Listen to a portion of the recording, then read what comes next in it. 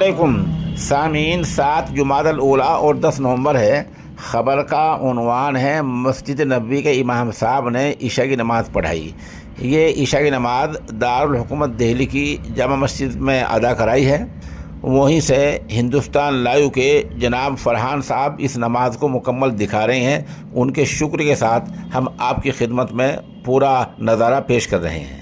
میں عشاء کی نماز پڑھانے کے لیے اس وقت یہاں پر مدینہ کے امام شیخ عبداللہ البوائیجان یہاں پر پہنچ گئے ہیں۔ میں آپ کو یہ تصویر دکھا دوں، اور شاہی امام سید احمد بخاری کے یہاں سے ابھی ملاقات کرنے کے بعد یہاں سیڑھیوں سے اس وقت آتے ہوئے میں آپ کو یہ تصویر دکھا رہا ہوں آپ کے اسکرینز پر لائیو۔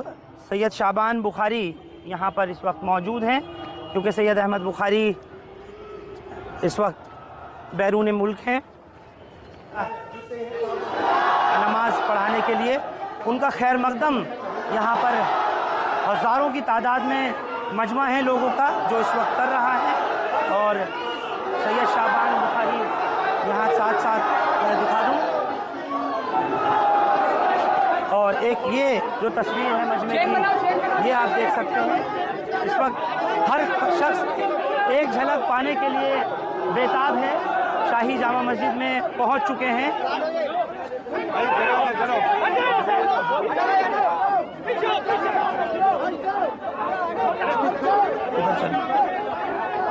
السلام علیکم ورحمۃ اللہ وبرکاتہ۔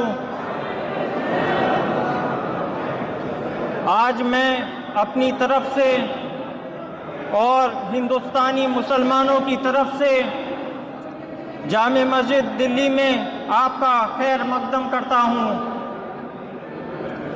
اس موقع پر میری درخواست ہے اور ہماری خوش قسمتی ہوگی کہ نماز عشاء ہم آپ کی ابتدا میں ادا کریں۔ خدا ہم سب کا حامی و ناصر ہو۔ والسلام علیکم ورحمۃ اللہ وبرکاتہ۔ اس وقت مسافر ہیں، اس وجہ سے آپ 2 رکعت کے بعد سلام پھیر دیں گے اور تمام مقتدی اپنی بقیہ 2 رکعتیں خود مکمل کریں گے۔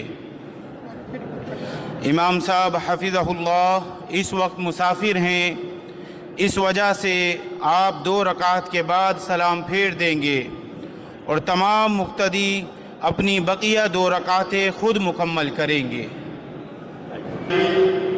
ألقى فضيلة الإمام سيد شعبان بخاري كلمة ترهيبية لفضيلة الإمام، فجاء فيه حضرة صاحب الفضيلة الإمام المحترم: السلام عليكم ورحمة الله وبركاته. إنني اليوم أصالة عن نفسي والنيابة عن مسلمي الهند أستقبلكم في هذا المسجد الجامع بدلهي الهند. نحن بالمناسبة سعداء بأننا سوف نقوم بداقية صلاة العشاء في إمامتكم إن شاء الله. ربنا الكريم بالنصر والتأييد معكم، والسلام عليكم ورحمة الله وبركاته. سيد شعبان بخاري نائب الإمام الملكي المسجد الجامع بدلهي. استووا اعتدلوا. الله أكبر.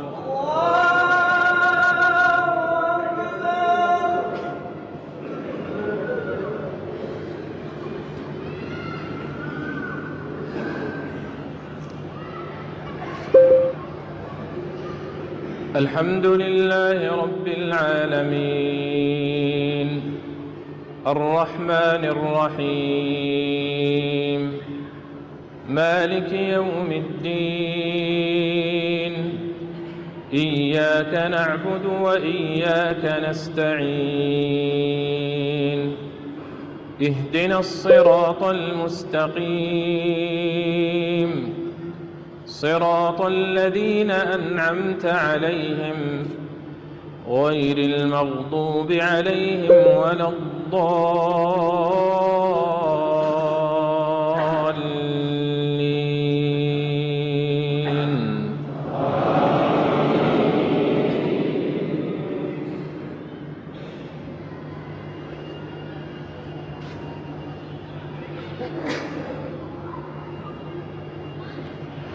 يا أيها الذين آمنوا اتقوا الله ولتنظر نفس ما قدمت لغد واتقوا الله إن الله خبير بما تعملون ولا تكونوا كالذين نسوا الله فأنساهم أنفسهم أولئك هم الفاسقون لا يستوي أصحاب النار وأصحاب الجنة أصحاب الجنة هم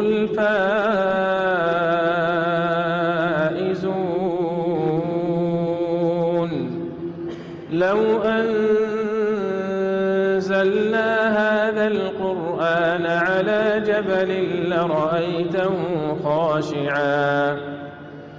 لرأيته خاشعا متصدعا من خشية الله وتلك الأمثال نضربها للناس لعلهم يتفكرون هو الله الذي لا إله إلا هو عالم الغيب والشهادة هو الرحمن الرحيم هو الله الذي لا إله إلا هو الملك القدوس السلام المؤمن الملك القدوس السلام المؤمن المهيمن العزيز الجبار المتكبر سبحان الله عما يشركون هو الله الخالق البارئ المصور له الأسماء الحسنى يسبح له ما في السماوات والأرض وهو العزيز الحكيم الله أكبر सामीन, ये माजून है ताकत का ख़जाना। ये बेमिसाल है, लाजवाब है। उम्र के साथ साथ जो कमज़ोरी आ जाती है उसको ख़त्म कर देता है। इसकी कीमत 3000 रुपये है। जिन साहब को चाहिए वो हमारे नंबर 96 27 70 90 14 पर राब्ता कर सकता है।